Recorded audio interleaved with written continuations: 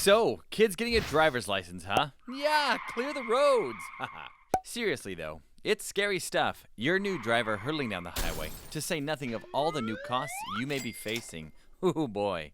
But really, look at the statistics. Drivers between the ages of 15 and 19 are much more likely to experience a collision. You don't want that. I don't want that. Heck, the government doesn't want that. And that's why states nationwide have adopted graduated driver licensing regulations. I know, it sounds complicated, but don't worry. I'm here to help. Welcome to Graduated Driver Licensing Made Simple. Now, each state has its own set of specific rules and regulations. But today, we're taking a look at Colorado. Meet Daniel and his mom, Kay. They're about to start on the great adventure of the GDL. Daniel turned 15 yesterday. In Colorado, this means he's just old enough to apply for his driver education permit. To do this, he must first be enrolled in driver's education. Of course, if Daniel opted to not take the 30 hours of driver's education, he can wait till he's 15 years and 6 months old and have the option to just take the 4-hour driver's awareness course. If he chose to wait, he would then be applying for a driver awareness permit, or he can wait until he's 16 and receive a minor instruction permit and not have to take any courses. Fortunately, he is enrolled in driver's education, and he and his mom have even spent time together studying this year's Colorado Driver Handbook.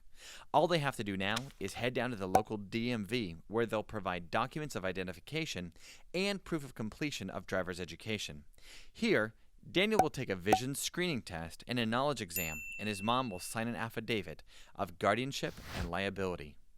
25 harrowing questions later, Daniel is a proud learner's permit recipient. So what now? Now the fun part. Daniel needs to clock 50 hours of supervised driving time with his mom, a driving instructor, or a designated alternate permit supervisor, in case the parent doesn't have a valid driver's license. Kay will need to sign off on an official DMV log of these hours, stating that Daniel has indeed been practicing his lane changes and three-point turns. The supervised driving period is really important because it gives experienced drivers a chance to make sure that their protege is learning excellent safety practices behind the wheel. Now, Daniel can drive with a licensed adult over the age of 21, with his mom's permission, but it will not count towards the 50 hours. Now that he's got his permit, Daniel needs to spend the next 12 months working on his driving abilities under his mom's watchful eye, before moving on to the next phase. Meet Amanda and her uncle Jason. Amanda is 16, has completed her driver's training, and just spent the last 12 months learning Jason's best tips and tricks for how to pull off the perfect parallel parking job, among other vital rules of the road. Since she is younger than 16 years and 6 months, she'll need to provide a 6-hour certificate from the driver's education school. Nevertheless, Amanda is now ready to embark on that vital rite of passage, the road test. She and Jason head to the DMV, where Amanda will show off her shiny new driving skills. With a passing score here, she'll receive her probationary driver's license. Now, she can finally strike out on her own in that brand new Porsche, or, whatever.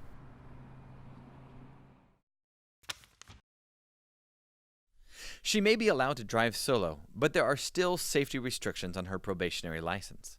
For the first 12 months of having her license, she can't drive between the hours of midnight and 5 a.m. unless she is driving to or from work or school or emergency situations, or with a licensed driver over the age of 21. If the teen is under 18, they cannot drive with a passenger under the age of 21 for the first 6 months of having their license. After 6 months, they cannot carry more than one passenger under 21 until they have their license for a full year.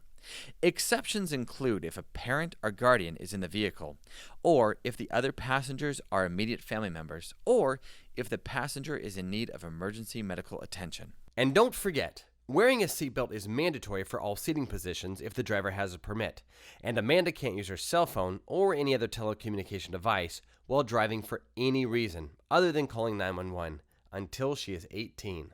These restrictions are meant to protect teen drivers from potentially dangerous situations and distractions on the road.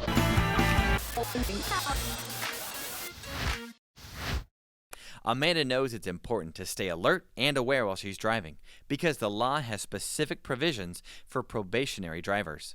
Repeated accidents or traffic violations caused by drivers with a probationary license carry fines and can even result in their license being suspended for up to 12 months.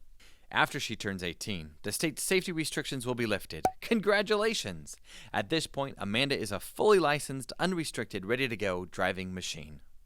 Of course, Jason makes sure to let her know that having an unrestricted license doesn't give her complete freedom of the road.